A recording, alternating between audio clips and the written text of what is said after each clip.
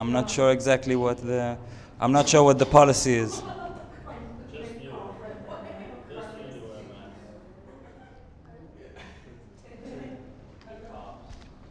Okay? Everyone can hear me? Okay. All right. Are we getting a video taken of us? For what? What's that? Yes. That's a joke. Okay. So welcome everybody. Welcome to Beta Geffen. Where are you guys from? South Florida. South Florida. Baltimore. Baltimore.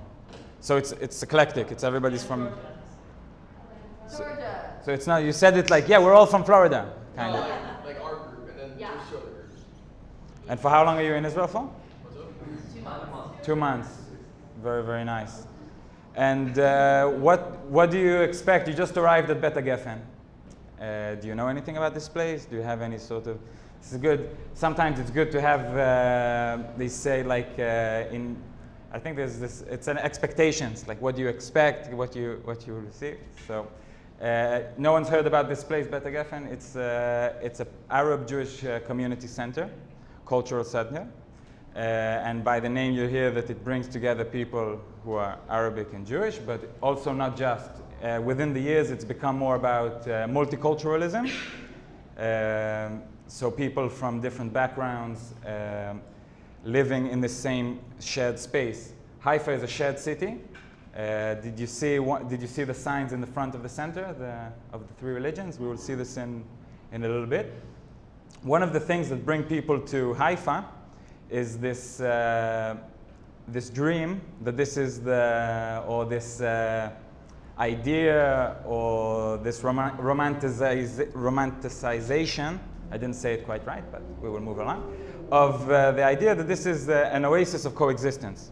So let's start first of all with coexistence. You all know this. We know the bumper sticker. We know it's like but coexistence means two separate existence. Okay, it doesn't mean together. Today we talk more about shared city, okay, shared society, and all sorts of shared society. This is the more because coexistence implies that it's not connecting in any sort of way. So you guys are starting to simmer down. I understand you came with high energies, but already it's kind of. So let's talk a little bit about today. Today we're going to see different exhibits in this place. We have different things. I will talk a little bit about Beta Geffen, about the activities. I would like to hear from you guys also because this needs to be relevant for you. For each group that comes, it's a little bit different because each group is interested in something different. Each group comes at a different time. For the last year and a half, I haven't had many groups like this coming. So this is quite unique of an experience. And in the last, I don't know if you guys are aware, but we had a lot of issues the last few months in terms of tension between different groups in society to the point of violence, to the point that we had a small operation, war, all sorts of things like this, which is something that really resonates within society because everybody is impacted, and today everybody talks about it in certain. It's the many levels of influence and many levels of many places where in the past we wouldn't necessarily know everybody's political opinions or whatever because not everybody would write an op-ed in the local newspaper. But now you see people, oh, what are they sharing? What sort of content? And it's very polarizing. And it creates a sort of, and this is something, I mean, I can talk about my experiences here in Haifa the last few weeks, but this is something that you guys can understand and take back to Florida, to California, to different Black Lives Matter, social justice movements, all sorts of things like this. Any thoughts up till now? You guys are with me? How about this? Let's start with talking a little bit about this. Has anybody been? What are your views on the whole social justice? You guys, would you like one of these? Or? Sure. Let's see. Let's see. Check 1, 2, 3. Do you support Black Lives Matter? With like I know they recently came out as saying they support. They're like pro-Palestine. So this is a great place to start off because I am a facilitator. I have my views, but first and foremost, I am a facilitator. I need to sort of provide you with a wide angle view, but to allow you to zoom in to whatever you want to see the details. And for me, it's very important not to give a very sort of fluff to say, yeah, Haifa is an oasis of coexistence, everything is nice, and all sorts of things. When I think one of the points you're getting at is that Black Lives Matter came in support of different Palestinian organizations and all sorts of things like this. And this place in general, we're more about culture and bring people together. And this is the place sometimes where it gets a little bit difficult because if you ask me, and I think, guys, this is why we get together at the end of the day. You spend the whole day traveling and going to different places, and what happens here is that you sort of interpret different ideas and different concepts, and these sort of questions arise. And it's not necessarily a question for me. Sometimes I have this, I don't know necessarily, like in different groups you have people with different political opinions. And it's very easy to say something and I would say, oh yeah, Palestinians this and that, and already a few people will kind of switch off and say, oh, this person, he is left-wing because he works in a left-wing NGO, he supports Palestinians. I haven't even said yet, am I Jewish, am I Palestinian, am I whatever, everybody has their own story. And in general, I try to, and as I said, it varies between group to group. I sometimes keep that distance because it can easily become, here, the first question is, what is your opinion on this and this? And it's not about my opinion, it's the question of what are you guys going to take away from this? It's not like, okay, this is the stance that I have on this issue, which is in a way maybe a diplomatic way to slip this question. But maybe we will get back to this because I don't want to get into too much of it. Yeah, do you have any questions? It's kind of like on the same wavelength as Sarah, but when people in the States, especially after the recent operation of Guardian of the Wall, like they're like pro-Palestine, like free Palestine, like Israelis are ethnically cleansing of the Palestinian people, and like it's also our homeland, and like all this stuff, and it's like, how does someone who is pro-Israel, like, but also see the harm that like Gaza, like Hamas is doing to the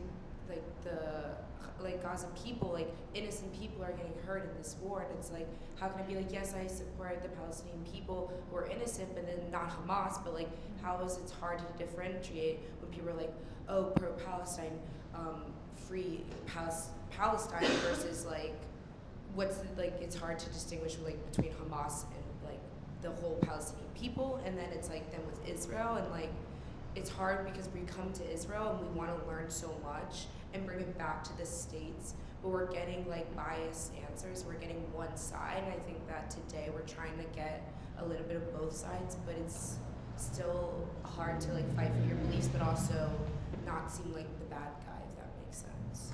That makes good, first of all, good comment, and I think this is really great dialogue, and I think this is what we should be aiming for in the next few, however long we take.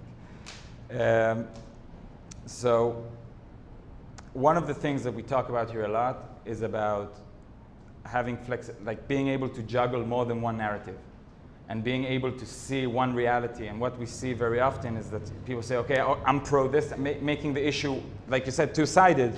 There are a lot more than two sides, because inside people feel, you know, here it's like, let's say if we talk about this house, you have people who are Arabic, they obviously they go deeper and they have different critique towards their local leaders or towards their people or towards sorts of things than me as someone who is not, I'm Jewish. This is, sometimes I don't say, I'm Jewish, I'm from Haifa, I will tell a little bit about myself at a later point if it happens. And I think that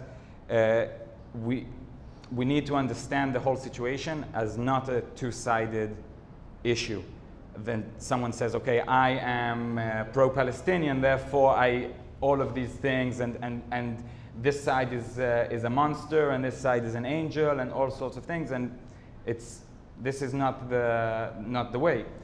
But also, I personally do see a place, and for example, I studied political science.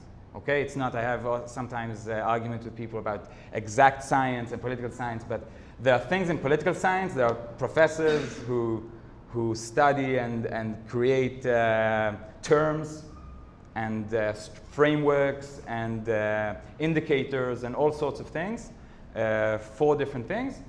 And while some things become populist, I agree. And while some things, it's very easy, it's okay, so there's the protest. What does this mean? There's a protest outside of a person's house. Does this mean there needs to be a policy change? Is this representing everybody?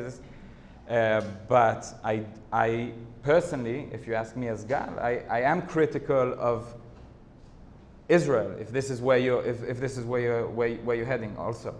I'm critical of a lot of things. I try to, it's very easy to come and say this, and it happens a lot with like Taglit type of groups or all sorts of things, and you kind of come and a lot of money is spent on getting you to make connections with Israel. And for you to come back, and when you start your business or when you start a family, to come to visit Israel, to do business in Israel, to start whatever, to make aliyah, all these different things that are invested for you to come here. I don't think that the way to do it is to say like a used car salesman, everything is wonderful, it's no problems, no, yeah, it's this. I don't see this, because this is not your generation. So either I create more of a rift between you and your fellow Americans who are non-Jews, who don't support, who don't have this sort of it's something emotional. It's not like, oh, I support because, no, it's emotional. It's I support this because my grandfather, because my grandmother, because of the Holocaust, because of this, because of all sorts of issues like this. And then there starts a rift between people who are your age, who are not Jewish, and every time, and it's the same, we experience something here when there is like rounds of violence. Suddenly people are saying, I support this, free Palestine, free this, change my mind, to the guy with the coffee mug. You guys are in college? What year? In the middle of college or? All but in college. And so the question is, in many ways, if you guys are here for 2 months, and the idea is that you need to go back and be some sort of ambassadors, right? So you need to take some information away, and like they say in Harvard, what's your takeaways? What are you going to take back, and what will you practical, and how will you use it? So I think that this issue of the connection on campuses, this is a big issue. What do you think? Do you have something to say? Give her the mic. Give her the mic. Let's see if we can hear everything. I didn't have anything like specific to say, but in general, like obviously with the rise of violence, like before we got to Israel, like I mostly run in a Jewish circle, so I saw a lot of pro-Israel, and I just remember seeing one person that like posted Free Palestine, and I was so angry because I didn't really have a full understanding, but I knew like obviously Israel makes some mistakes too, but I will always like support Israel no matter what, like, and that was like, it made me so angry that a Jewish person could do that, but I do, obviously it's a very big issue that we're going, and I'm glad that like in Haifa everyone can coexist, and we had some issues. Yeah. But again, saying I will support Israel no matter what, you see that this is problematic. You say, I will not look at the facts, I will not look at the actions, I will not look at the political party that is leading this move, I will not look at the international multinational companies who are also involved, I will not look at other countries who are also, that's being biased. Yeah. That's in a way, that's prejudice. Yeah. You're saying no matter what, it's good. So it's positive prejudice, but we have to see the problem in this. No, for sure, and there's a lot of problems, but I think after like doing the trip like March of Living, like the Jews have gone through so much, and I do just believe that we deserve to have like of our own land, and like obviously Palestinians and Arabs and every Jew should, you know, it's a really hard conflict, but that's why I'm like that about it. Just And 'cause what of do you that. think will happen then because it's very similar, and in general in conflicts, there's also always two sides, and it's very, you know, and in general also I would say that because of the proximity, Arabs here, they learn a lot from the Jews, as we learn a lot from the Arabs, but they learn a lot from the Jews, and they see the Jews had a longing for thousands of years for the land. Yeah. So you are aware, I mean, again, you're college students, we can talk about it sometimes, and we're getting a little deeper into the dialogue. Sometimes I wait a little bit, then we get into this, but you realize that there were Arabs who used to live in these places. Yeah. This whole, you realize, I mean, again, this is something we talk about later on in the Torah, just not to create some sort of antagonization, because the word Nakba, it's a political word. Okay, this is a term, this is the reality. I don't come from a Palestinian family. I celebrate Independence Day, but there are people who talk about the Nakba. You guys know what I'm talking about? Yeah. So we will talk about this a little bit later in more detail. I don't want to just open it in some sorts of things, but there were people who lived in Israel, in Palestine, or whatever it was, and you know, and it's not like, oh, I know, I have a friend from college. No, it's like it's. the 6-Day War, like before that? No, I'm talking about 48. I'm saying like this. There was the refugees said all sorts of things. Like for example, refugees. There is approximately, I don't know, some say between 700,000 and 1 million refugees from 48, and Palestinian refugees who lost their homes and all sorts of things like this. And this is also the same thing as we say our reality. For example, I come from a very Zionistic family. The two grandfathers of my grandfather were in the first. So the first, my grandfather, his two grandparents were in the first Zionist Congress in Basel, and two other family members, and were very involved in the establishing and all sorts of things like this. So again, this is my background. But when my family was around walking, saying, "Oh, let's do something nice in Haifa, let's do something in Tel Aviv," it wasn't just like an empty parking lot, you know. And this is something that we need to realize, because we cannot say, okay, let's close our eyes, and it's like, you know, it's like there's in the Holocaust Day, there's like this expression, not this expression, there's the motto, never again. So we say never again in Darfur, never again in Rwanda, never again in etc., etc., etc., etc. We all know of different places where we've had genocide. People And are saying we are doing that to Palestinians, and it's like, what do you say to them? That's a big one. No, I know, but like I'm being like attacked on social media, and it's like, it's like the BDS movement. Yeah. Like, on campus, like I recorded on my phone. I went up to this man and I listened to him speak.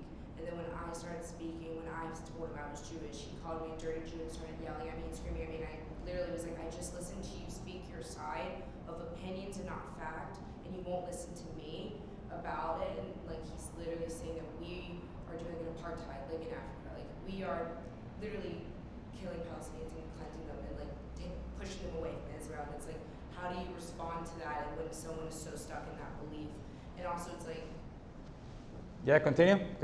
Give her the mic It's just, to like, her. hard, and like when I don't know every single fact and I just know my own opinion and my own beliefs and what I was brought up on, and I've been to Israel 4 times and what I've learned in Israel, but it's very hard to distinguish what's fact and what's opinion, and when the media and the news are all very much biased, and then it's like how to make a educated argument that like we aren't doing that, you know what I mean? We'll take some more comments and things. Maybe your friends will answer also. So I don't think that we're like ethnically cleansing Palestinians, because it's not really possible manpower-wise. But there are cases, like there are laws in place in Israel that allow Jews to like reclaim land that was lost, and Palestinians are not afforded the same.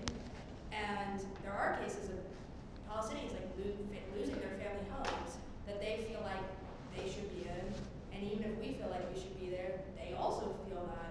And it's hard because it is definitely like so two-sided. Like they are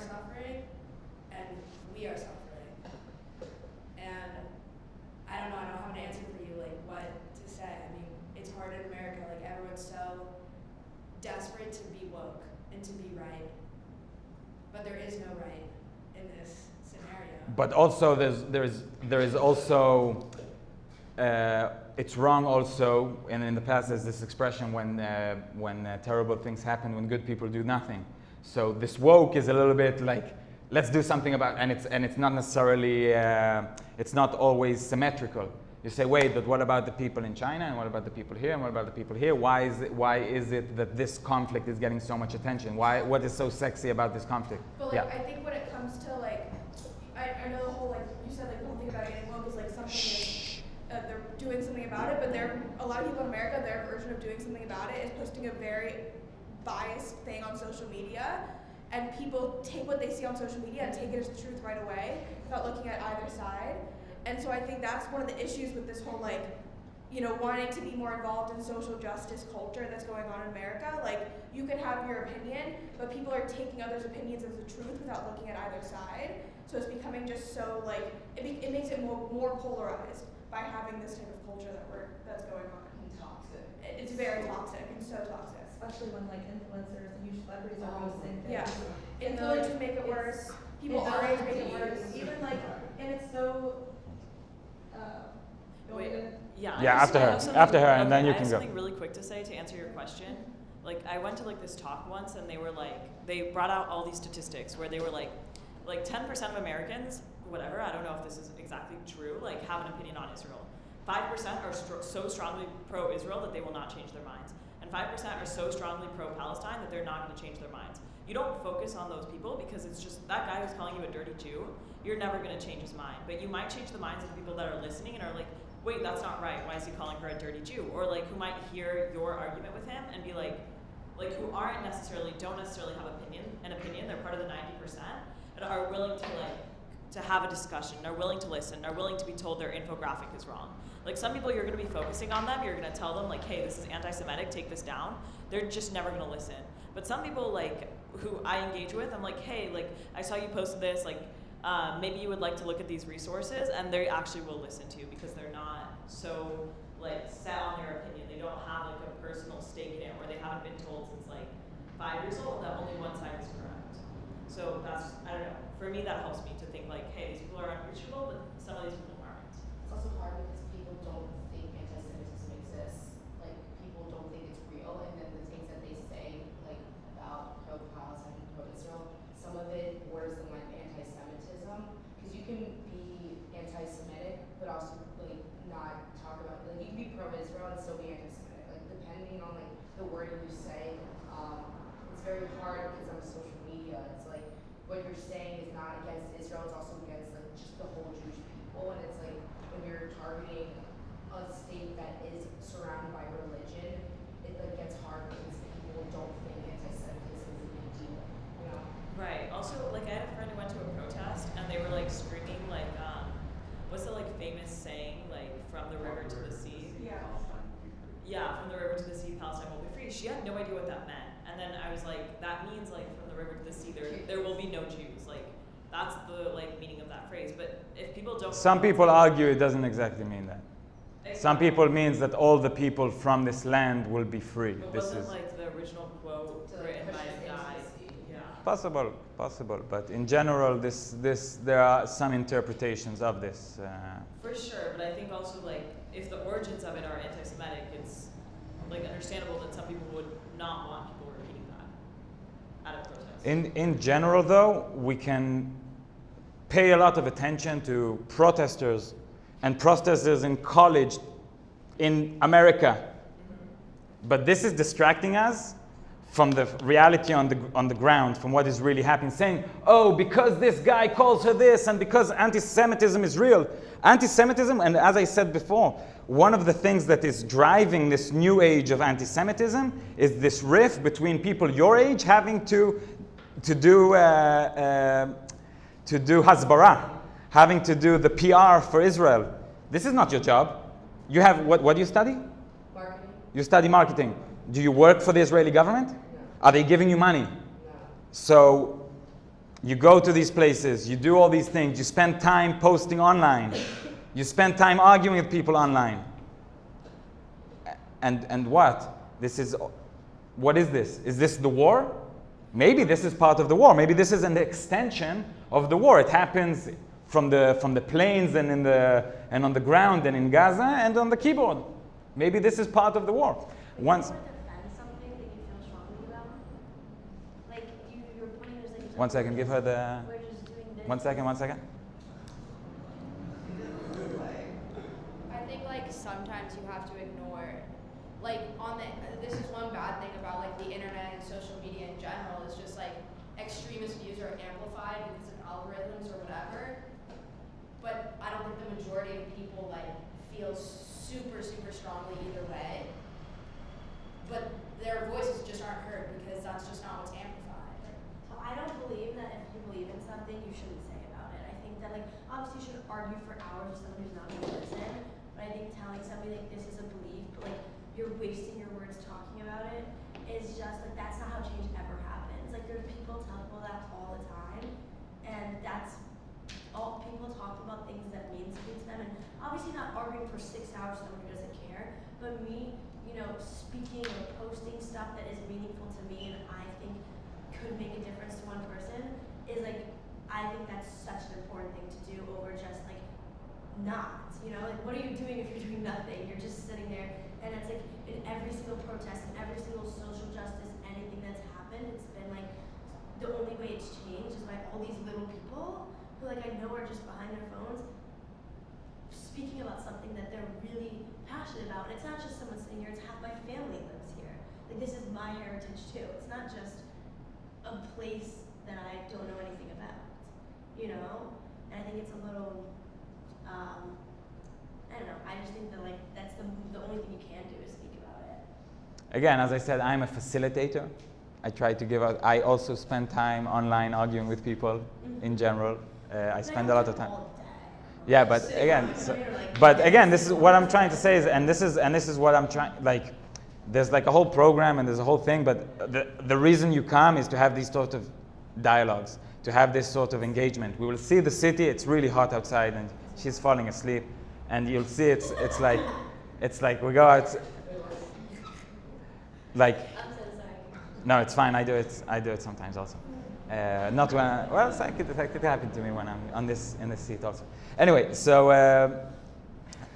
I think that it's, and not only that, and people sort of underestimate this sort of influencer culture or social media culture, but the thing is, here, like, so it takes a lot marketing. Think how much it takes to invest in people to get you to buy the Adidas shoes. You know, they pound, you know, and to get you to change.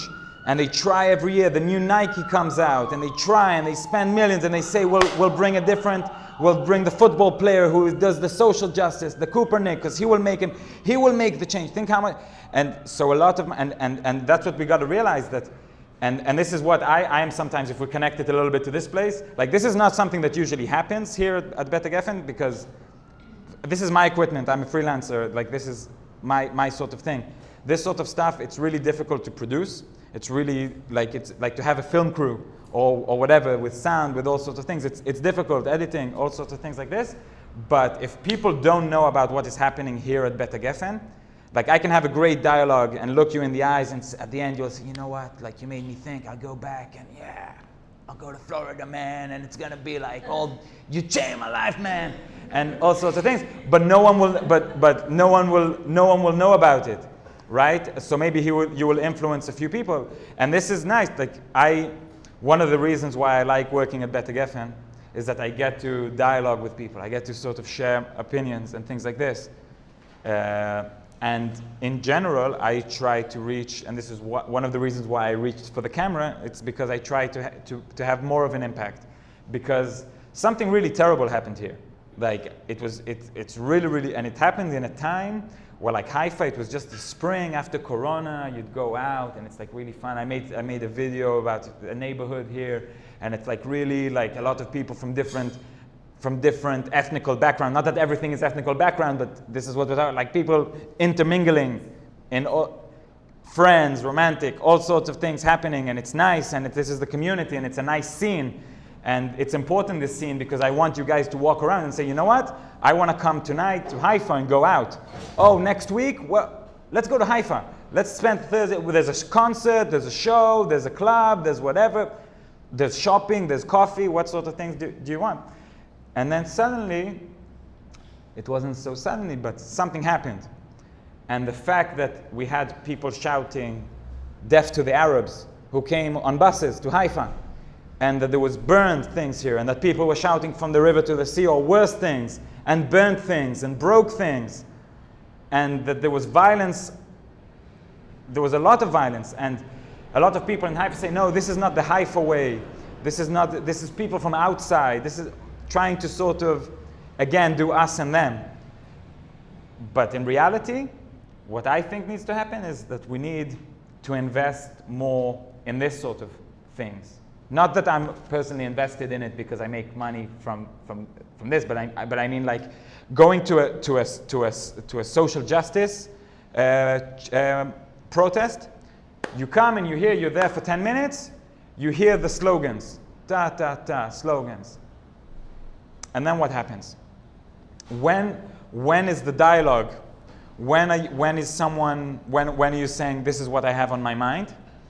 This is how I feel. Like for you, talking about social media, and I know this from a lot of people, including myself, because we have this addiction or this hobby or this tool that everybody uses, and we all have our relationship and our diet with Instagram and Facebook, and we feel something when we click post. Someone will see it. What will they say? What sort of things? And it's this is an issue. I don't think it's about that though. I think it's like about like I kept seeing infographics that were just not correct, and like they would just show, oh my God, Israelis. And on the Jewish side, no?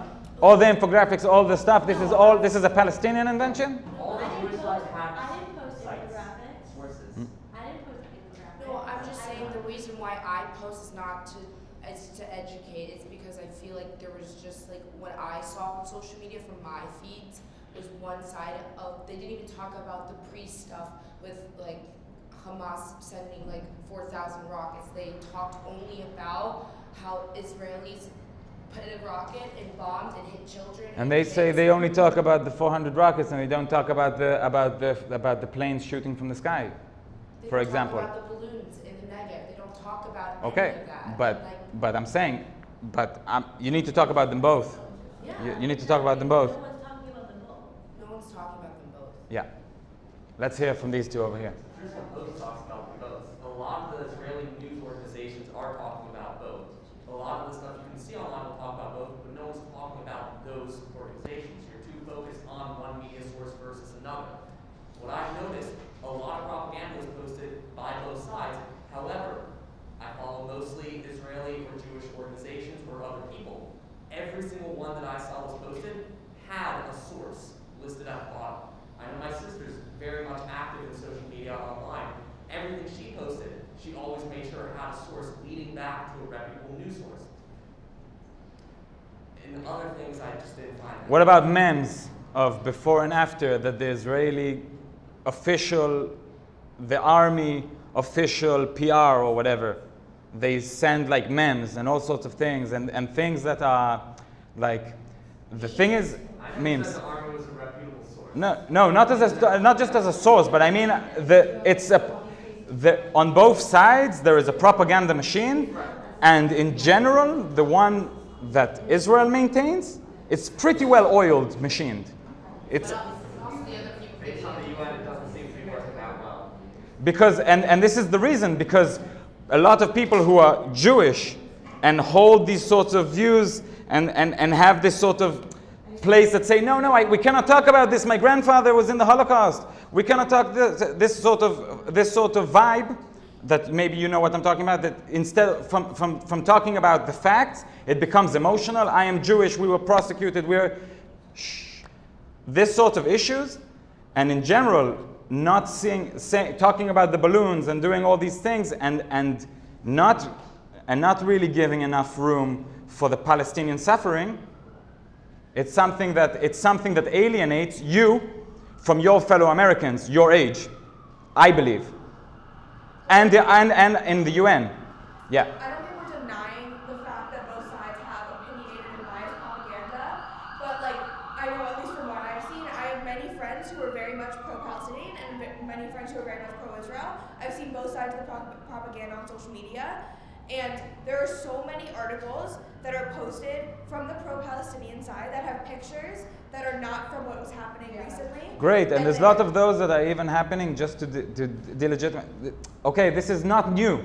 This is nothing new. The fact that it's reaching America and whatever, but for us here, we see things people are doing with their phones, and there are videos and there are things that we see, and there is enough footage that even if there is some fake footage, there's so much real footage. But that's not the footage that's being blasted around throughout social media. The footage that's being blasted around is a picture of a kid from Syria in 2015 who has blood all over him, and they're saying this is what's happening in Palestine right now. I'm not denying that bad things are happening there, but I'm saying that people are using false advertising to get them to come to their side. Both sides are doing that. Again, I'm not denying both this sides. goes back to something we talked about before.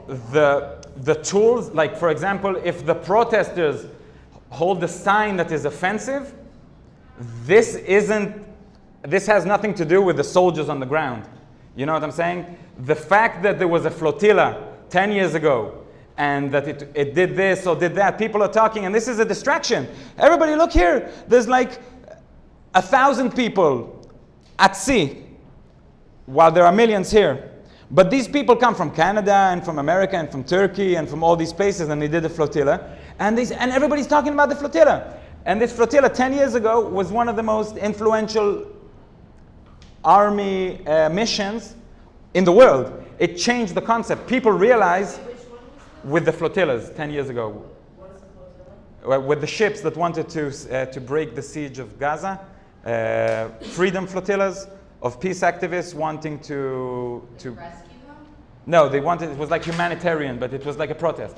They wanted, there is a siege Gaza, there's a water siege. Israel controls what goes in and out, there's navy and everything like this.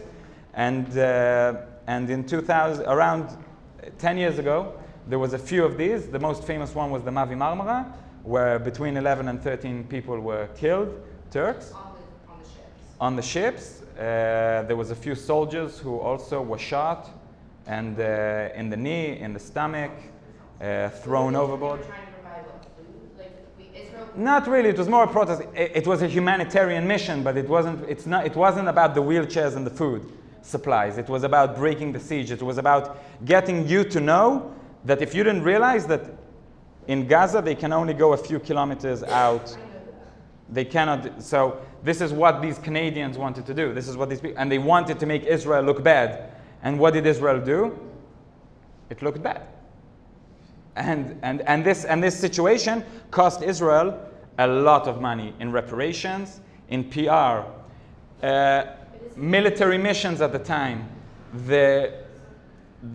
Because everything, you can say, oh, sometimes it's like, oh, the military acts. No, the military is connected to what is happening with the foreign ministry and things, and all sorts of diplomatic situations. They think, okay, are we going to do this mission in Gaza? We might get found if, like there is the wars that you hear about, and there is the wars between the wars. So there's between them, there is missions that take place. Some of them you hear about, some of them you don't hear about, but often it's, if you don't hear about, when they think should we do it or not, or should we not do it, there are other things that are considered. Are they almost finished? Are they almost finished? I understand that you're a facilitator or a leader, but there's some, like, we love hearing people's perspectives of, like, that live here and, like, that are going through, like, everything. Would you mind sharing, like, a little bit of your political opinion? Just because that's, like, what interests us, or, like, so I was involved in all these flotillas 10 years ago as a soldier. These flotillas. I served as a Navy SEAL for a few years, and about in my second year, I had, and this is also for being open and whatever, I had lots of issues, mental issues. This is also something that is a strain on society, that people don't think you send people away and then you say, okay, how much money does it take? Or it's easy to put it's my life, whatever, but how much does it take to rehabilitate these soldiers who were involved in all sorts of things like this? in the second year of university, when I studied political science in IDC Herzliya, which is a place where if some of you are considering studying, it's a good place to study. They study in English. I also studied in English. I grew up in England and in the US. I moved back to Israel when I was 18. And I was involved, so since my second year of university, in peace building things. Yeah? I Give just him. have a question. Yeah, give him the mic. So I think like not just in our dialogue, but like dialogue on social media, other people's discussions, whatever, like we can keep going back and forth being like, Israel did this to the Palestinians did this, and blah, blah, blah, blah, blah. Like, we've both done shitty things. No one likes it. Everyone's suffering. How do we get from, well, you did this, and you did this, blah, blah, blah, to now what? How do we, like, when does, like, solution? Like, when do we get to that talk? So, in my second year of university, I joined an organization called Yalla Young Leaders. I had a project, I was writing a project for school that I want to do like online dialogue, that it's so easy, and this is like a while ago, and like for me it was weird. Like I said, like I can just talk to somebody from like Lebanon or Gaza and just talk to them on Zoom, or the time it was before Zoom, but whatever. And I thought, and anyway, I found an organization that does very similar things, so I joined them, and I went on a few delegations and involved in activism, and they do all sorts of courses, and they try to bring people together, so this is a little bit for many, and I've been working here I started working here like 3 years ago, and also I was in, there's the Institute for National Security Studies. I was in it's a think tank, it's one of the leading think tanks in Israel. I was in the Center for Applied Negotiations. And the guy who was the head of the Center for Applied Negotiations, Gilad Sher, he was the lead negotiator in Camp David 2000. He's a distant family member, someone who it's like I've known him as a family member, and then when I was like studying political science, I was like, okay, this guy is a political science rock star. So like, he was like a hero to me. I recently met his brother now, who did the jazz festival in Jerusalem, which was also very, very, very cool, great family. Anyway, so I think when I finished university, I really wanted to be Jared Kushner, but Jared Kushner took my job, unfortunately, so I had to find something in Haifa. And I do think I am pro two-state solution. I think that we need, as Jews, for our own self-interest, to provide that. Because all this terror, all this sending what do you want, to send your kids to the army in Israel? This is what you want? Do you want to be not kicked out, but all these, like, Israel in many ways is like, it's a shelter for the Jews. But it's ironic because in many ways now the reason why you feel you need a shelter in Israel is because of Israel. This is why you don't feel safe on campus. It's not because of all sorts of genetic theories. No, it's because of people seeing bombing and saying, oh, we support the underdog in this one. This is what... I'm simplifying, whatever. Or, But we can't use people's what? choices. מתחלפים? עוד כמה זמן? ולאן? אוקיי. But do you think that, I was very two-stationist for a while, and I One second. Let's take this. We're gonna take a 3-minute break, and we'll move to the other room, and then we'll continue.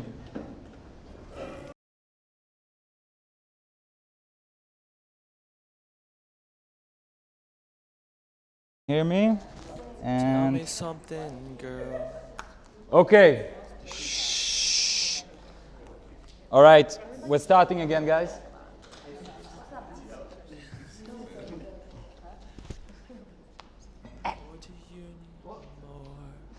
אני בהדרכה, לא? כן.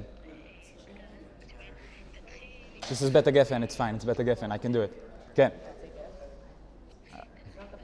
I'm on the deep end. Watch סבבה. inside dive in. I'll never leave the סבבה. להגיד להם שיש קרטיבים? או להפתיע אותם? להפתיע אותם או להגיד להם? far from the shadow. אוקיי, פיין. יאללה, נדבר. אוקיי, there's fries. All right, everybody. Everybody's ready? Yep. Are we going to be on our phones? This is what we're going to do? No, I'm kidding. Oh no. I'm kidding, I'm joking. Okay, so we have about half an hour. We had a very good dialogue, I think. So I think many people here want to continue it. Also, before we start, just a few words. This is the home. This is the third space. It's an encounter. It's a place for dialogue. It's not my space or your space or whatever. It's a third space where, and this is something I spoke with some of you. Where is it? Oh, you took off your mask. In general, it's not a matter of here I will bring you into my home or you will bring me into your home. It's sort of a third alternative where we can sort of meet. And this is nice. You guys are with us? Good. Okay. So let's continue with our friend over here. I don't have anything to say. I'm just holding. Oh, you were just gonna. So yeah. So regarding the two-state solution. Yeah. At first, I thought like it would be possible, but I was just wondering, like, I know you believe in it now. Like, how would that work with everything going on? Like, if Gaza was like a state, or I guess, like, who would be in control? Do you still believe that Israel should be in control if that were the case? No, I don't see why. I mean, we have so much things that we need to do. Well, soon we're going to go out of the air conditioning, and we'll see some of the problems in the municipality. Why would we want to control someone? Like, doesn't it make, like, it doesn't really make sense, you know what I mean? Like, why should we be involved in their... Hamas breeds extremism. Okay. Like, And you think that by being there and having that, because let's face it, there is military control, whether we're talking about military control in Gaza and we have the blockade and everything like this, or if we're talking about the military control in the West Bank. And isn't the West Bank aren't they like functioning like a normal society? Like I know that they still have like a very like controlling like. Yeah, but in general, there's who controls it? Israel is in control of different things. There's all sorts. We can go into the whole security arrangements and all sorts of things. Areas A, areas B, areas. Israel used to control Gaza, and Israelis could move back and forth, and Palestinians could move back and forth before the wall, and then things were fine, and then Hamas took over, and then. In general, there's this. The place where she's going with this is that in 2005-ish there was the disengagement from Gaza. There's a guy called Martin Indyk, who was an ambassador from the U.S. to Israel. He's one of the experts on the Arab-Israeli conflict, and he wrote something before this happened, and he said this is like throwing the keys over and saying, okay, like, let's get out of here.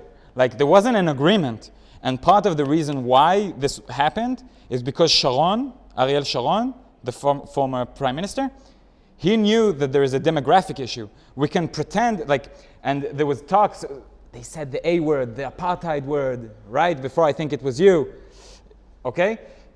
There is a need to understand the demographic situation is a big issue. Do you count the people in the West Bank? Do you not? Do you give them voting rights? Do they give them different roads to travel? Like all these different things. There are, as we said, people make this connection, say, oh, it was like something that happened years ago in South Africa and all sorts of things like this. But we look, and this is the reality. Like, this is what is happening. There's like, this isn't something that is hidden. And we need to realize what is the situation, because if we say you cannot have it both ways. You cannot say we're not involved, or these are not our constituency. Like, when it's comfortable for us, and when it's not, it's like it's our problem. It's not our problem. Like, this is tricky, and I think that in the same way as we had a longing for independence, it's really interesting to see that I remember when I was in Paris, I did a semester, I did a year. I finished my BA and started my MA in Sciences Po in Paris. And I had a friend there who took a few, there was a class in revolution in the modern age or something like this, social movements, all sorts of things, stuff that we would have liked. Yeah, in a second we will let you talk if you need. I wasn't trying to talk, I was Yeah. covering them out. Okay. So he kind of asked me, he was like, hey, like really casually, are you a two-state guy? Like, and I was like, what do you mean? Like, and it really simplified the whole situation. Like, if you're not a two-state guy, then what are you? Are we just going to continue controlling? Are we going to continue sending our kids to the military generation after generation to do the same sort of things? You know, like, does it make sense? Do we realize how much money we're spending in this? Like, how much it costs to do all these things? How much it costs to train me? How much the military spent millions on me? Just one person, millions.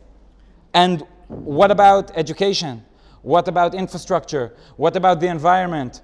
What about all sorts of, what about peace building? And this is something that happens a lot. One of the reasons why I don't like, and with you, because you asked a few times, I said, okay, I was in the military, But a lot of times people say, like I have situations, people say, wait, but you're in the SEALs. How come you work in Beta Geffen and what's happening and all sorts of things? And they don't realize, like, what I want is the same as what he wants. He has family in the south of Israel. We both want the people in the south of Israel not to have rockets fly on them. Rockets, I've stopped with I was part of sieging of rockets that were supposed to go to Gaza. You don't need to convince me that there are, I saw it with my eyes. I know this is something that happens. Okay, but also the Israeli military-industrial complex is one of the most advanced in the world. Okay, there's a documentary filmmaker, Ty Engel. He was one of my professors in university. I had an amazing course with him. And he did the documentary in the 90s. And he's like walking in Rwanda, and you see the bullets, and you see the same bullets that the army uses, and all these different things. And there's a spillover, because people talk a lot about the startup nation. And there's this, and I don't know if people did some entrepreneurship courses or all sorts of things like this. And there is all sorts of, what is the reason for the startup nation? What is it? Because if, as I said, the army invested a lot of money in me, and then what happens?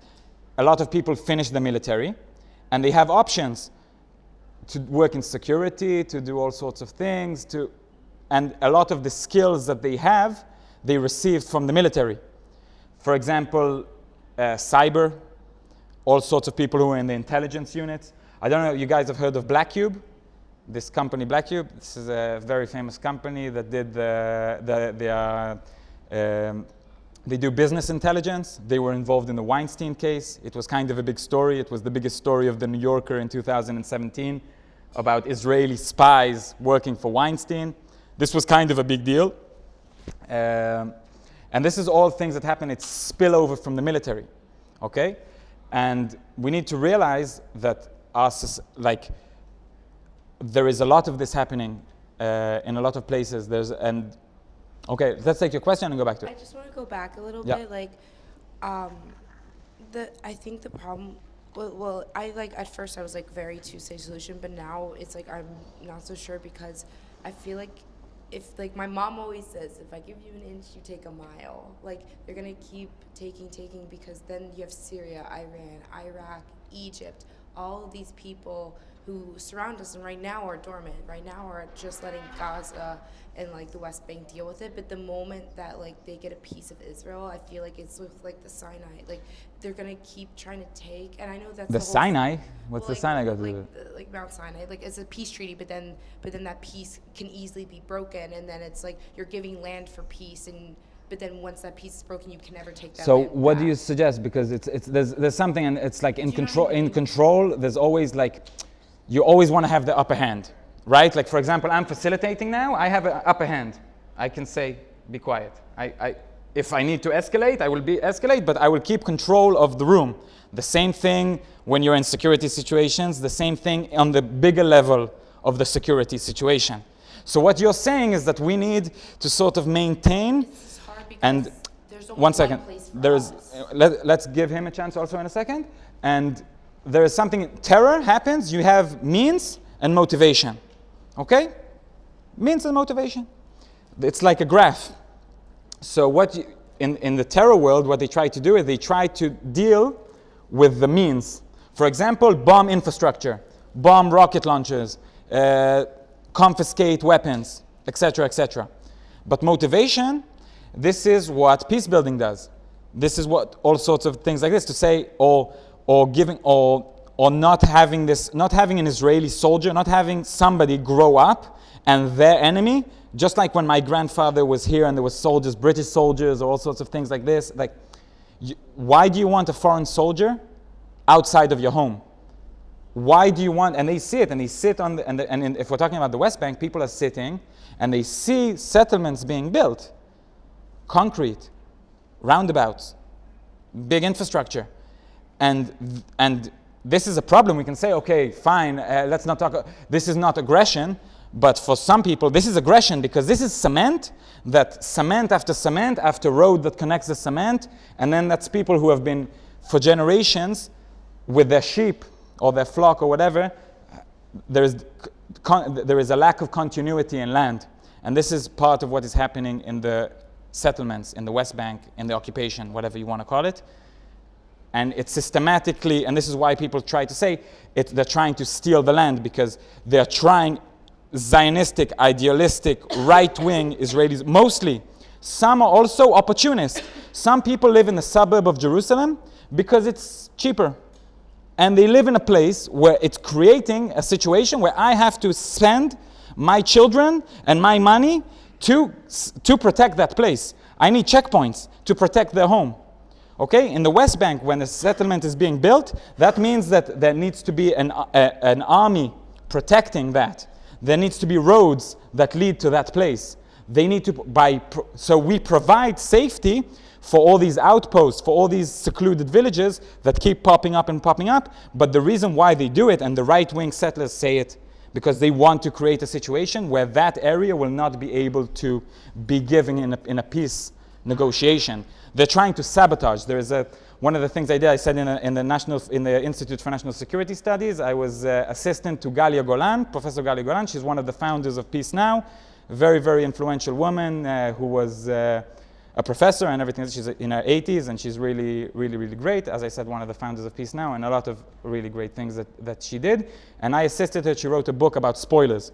So every time there is there's an advancement towards negotiations, or people try to sabotage because they don't want that. They don't want to give up parts of Jerusalem.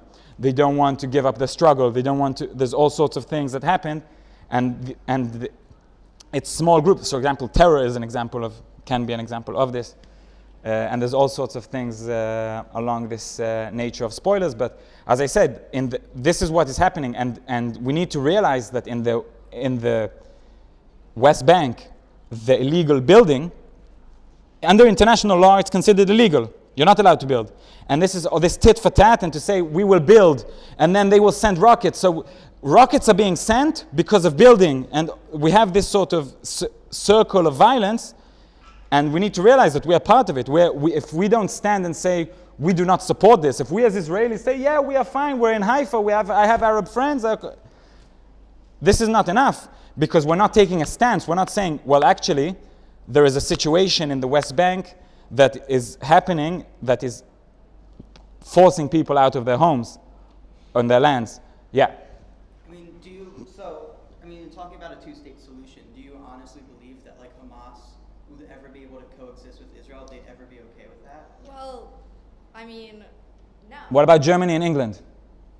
Okay, but like if you look at what about Germany and England, for example? What about a lot of different countries? Correct me if I'm wrong, but hasn't a two-state solution been proposed before, where Israel said yes and they said no? This is very simplified. Like, has Hamas ever come forward with?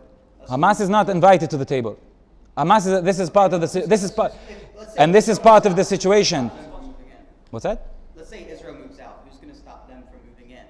I mean, in any situation that we talk about, in any sort of security arrangement, Israel's security will be maintained.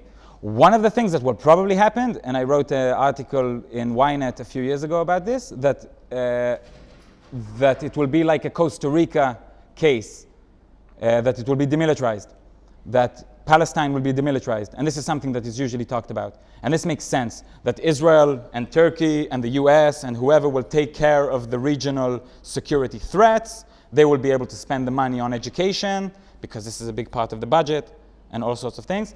So the issue of security, Israel, it's a pretty serious country. Don't worry, like we're serious. Like we're not, like, we're talking balloons that it's disrupting people in the south, but like, what? Like Jordan, Iran, Syria. Like, we have peace with Jordan, and what's... That's like trust, because there's like... We have... I understand what you're saying, like, with, like, if we give them an inch, they'll take a mile, but, like, first of all, even... There's so many of them. So you will impress them forever? What will you do? Even if they tried to, they couldn't. 1 second. Like, they couldn't. 1 second, let's try and keep it together, guys. We are... 1 second. Iran and Iraq have such a large military. They are making bombs and rockets and stuff like that. No, I mean, for sure, it is scary, but, like, the Palestinians are scared, too. They're terrified of Israel. Like, we have so much might here. We're back. Not only that, even take it to another level, and something that we didn't talk about, and it's something that, I don't know if you guys know Yuval Noah Harari, who is a famous historian, one of the most, what's that? Sapiens.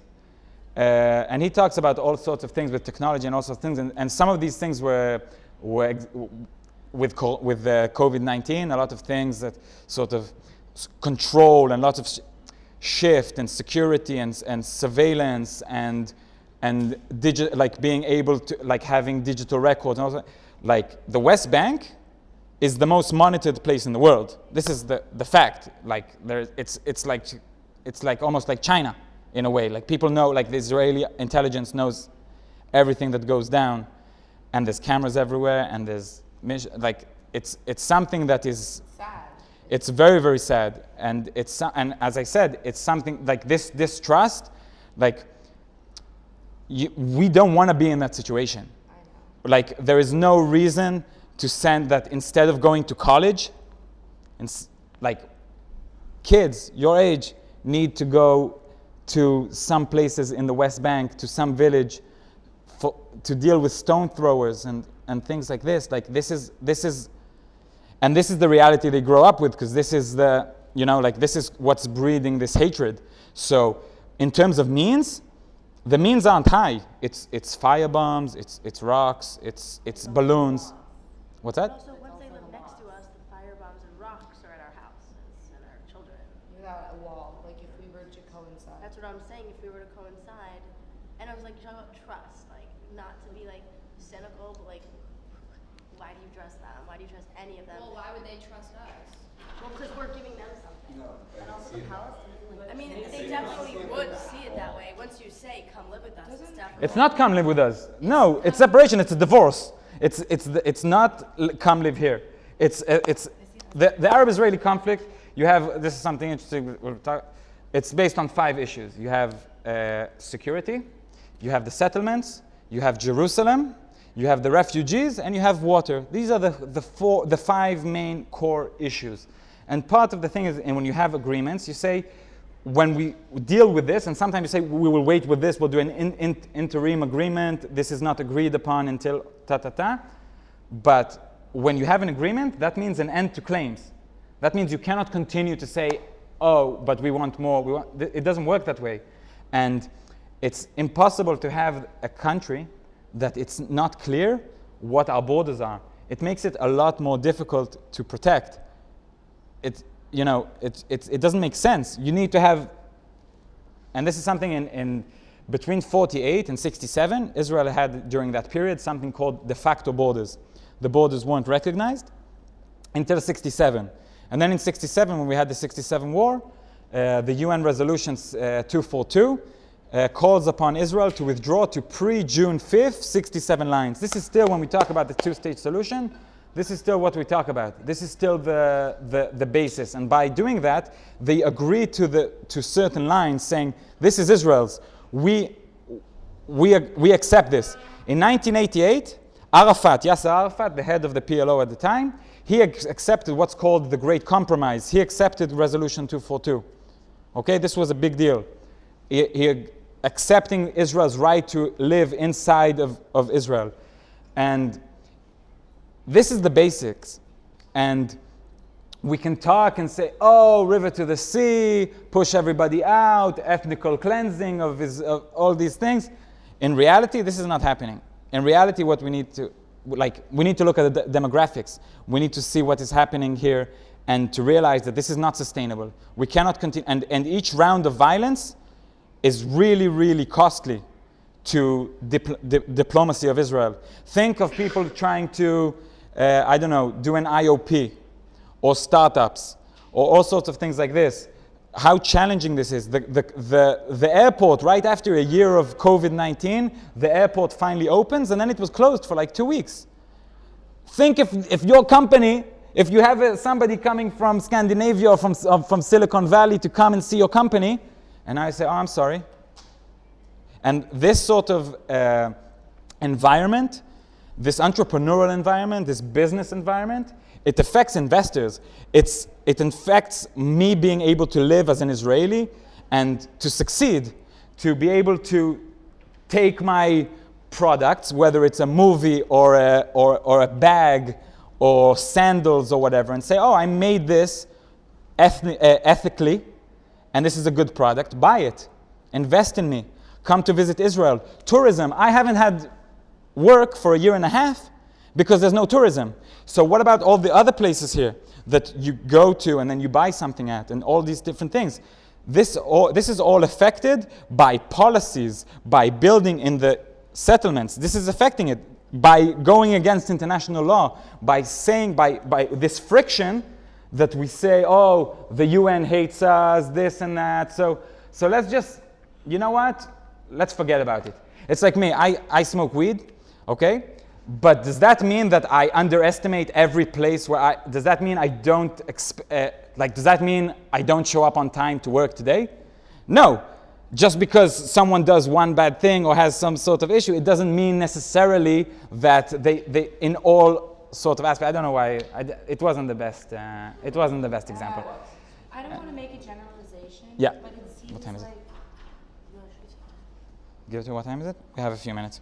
it's just like it's like all like of course we all want like everyone to live peacefully, to there be no war, to be no hate, to be no crime, to just like sure like things happen, but like it's so scary because I don't know how Israelis are bringing up their children. I don't know how Arabs are bringing up their children. I just see a lot of hate and a lot of pointing fingers, and it's like it's hard because then when we then like live together, it's like you grow up with these beliefs that like, oh, the Jews are bad, oh, the Arabs are bad, and when you don't live in a place like Haifa where there's a mix, and when you're just seeing one side, and then you come together, and it's just I feel like it's so hard because I don't want these Palestinians to be oppressed. I feel so bad. Like, isn't Gaza like a 60% unemployment rate, 4% growth in population? They're growing too much and they're stuck there. They can't go by sea, they can't go by Egypt, they can't go by here. But then it's like, what is there to do? Because they blame Israel, they blame the Jews, they don't blame Hamas. Sometimes they do, sometimes they don't. But like, it's like a breeding ground for hate, and then it's like okay, like it's two states, like Jerusalem, like here you go, and then are we kicking out those people to make room for new to try to be together? Like I want it to work, but like it doesn't seem feasible. Like how can it work when the world is like against us? I guess I don't know. Okay, so I also think there's like a couple of terrorist organizations that are like in Gaza. So the two-state solution doesn't make sense to me because like if we're giving them more control, essentially, the organizations are essentially gonna like take over, and like a lot of the kids and people there are like brainwashed to hate Israelis, and I understand like why in a sense, but yeah, I just don't see with like how it's like Gaza's controlled, like how it would be any better if it was a two-state solution. Don't you think we like when we when we retaliate and we do things and we keep them in their like little corner and whatever, like we confirm these beliefs that they're being told, this propaganda they're being told. And when we confirm it, like, we keep the cycle going. We have to show them that we're better. But then with that, 1 second. showing them 1 second. better, Yeah. that 1 second. 1 second. Yeah. the people still want it. But they're not, but how, but Yeah, the problem- You're saying let them know we're, you know, it's not how it is, but then you give them this thing, and then all these terrorist organizations. Yeah, they'll kill take you. over. And Yeah. you let them know you're good, and now you're dead. Yeah, that's the thing. If yeah. 1 second. 1 second. Let's keep it engaged. Let's hear from her. 1 second. Shh.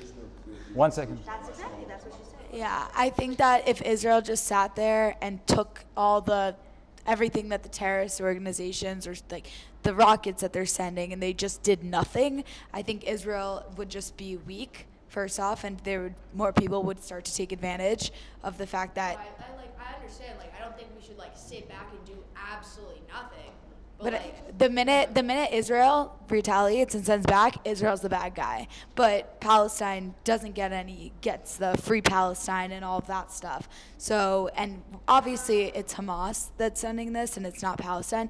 But to us, with all the social media, everything, just kind of gets it's like a fine line. We went to visit a house of a woman, like someone who's like helps run the Baltimore program. In Ashkelon, her house was bombed. So you're saying like tell them like we're not there to hurt them. We're gonna remove all the military. There's cameras all over Gaza because they're watching terrorist organizations.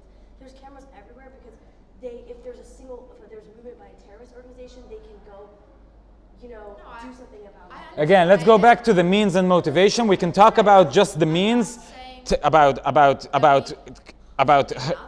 But You're saying just give them, but no, I'm not saying that. I'm just saying that like to suggest that we are not part of the reason that, as you said, like it's a breeding ground for hate. But it's all. But why? Because we are the enemy. But They so are. are they. Okay, but great.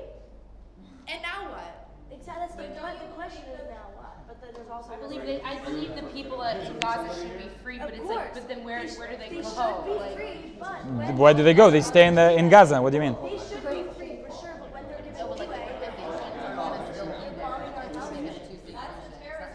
Yeah, it does. yes, same as the Israeli government isn't us. But when you do that, the terrorist organizations are a huge part of it. Innocent. You The can't reason just why we say have so you many low civilians COVID come, cases is because terrorists stay. Hamas said stay in your house or else you'll be killed. Like, they literally have to listen to everything Hamas says. shh. Okay. I mean, this might sound a little controversial, but in my opinion, I don't think there can be peace until Hamas starts caring more about its own people than the extermination of the Jews. Because if you look at their charter, in the charter it's, the extermination of Jews. They don't want any Jews here. They want us all gone.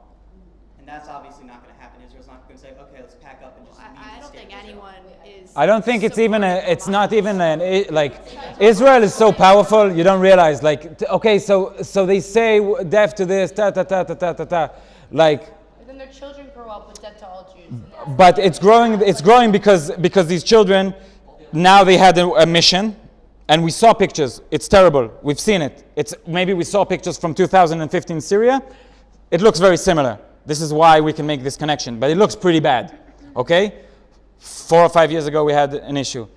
2012 we had an issue. 2009, really, really bad, okay? So this is like in the last 10 years, and the flotilla and all these things, this is 10 years, like half of your life, pretty much, and this is the reality that these people are growing up with. This is their reality. It's like, just imagine that. The same with the people in the south of Israel who constantly running to the bomb shelters and all these things and Sderot and Ashkelon.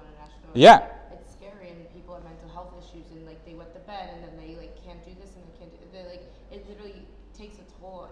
In anthropology, I learned that if a mother is child and experiences this, that stress passes on to her children innately. Like it is in human nature, and all these. And how do you think it is in Gaza?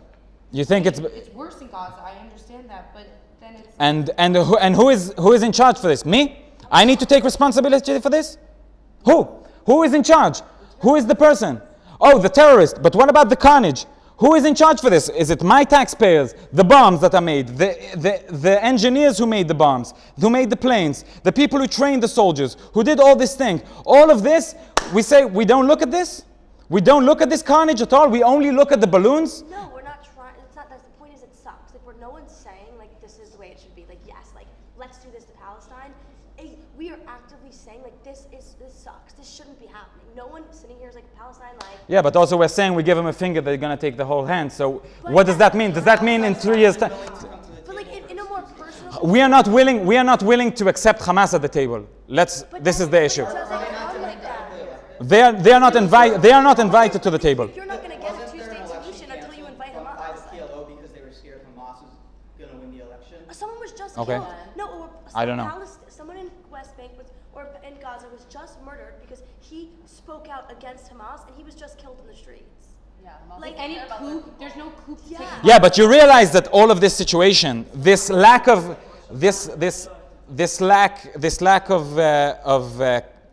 governance,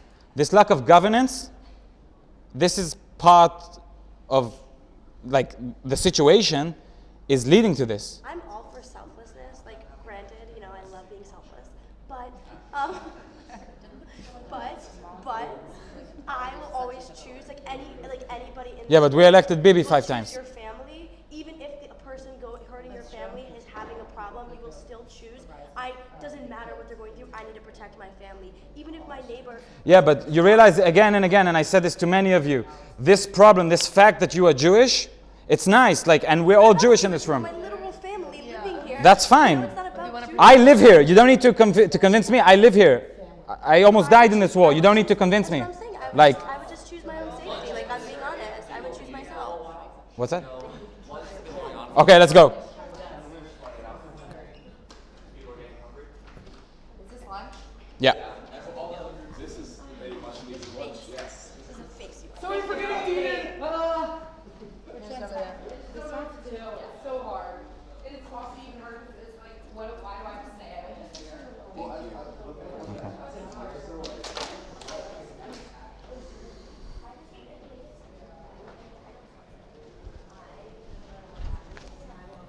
Wait, are we done with our discussion? I'm not sure. Yeah. Okay, so like, how would you see like Gaza and Israel if it was a two-state solution? How would you see them like living like essentially side by side? If like the Palestinians like hate are like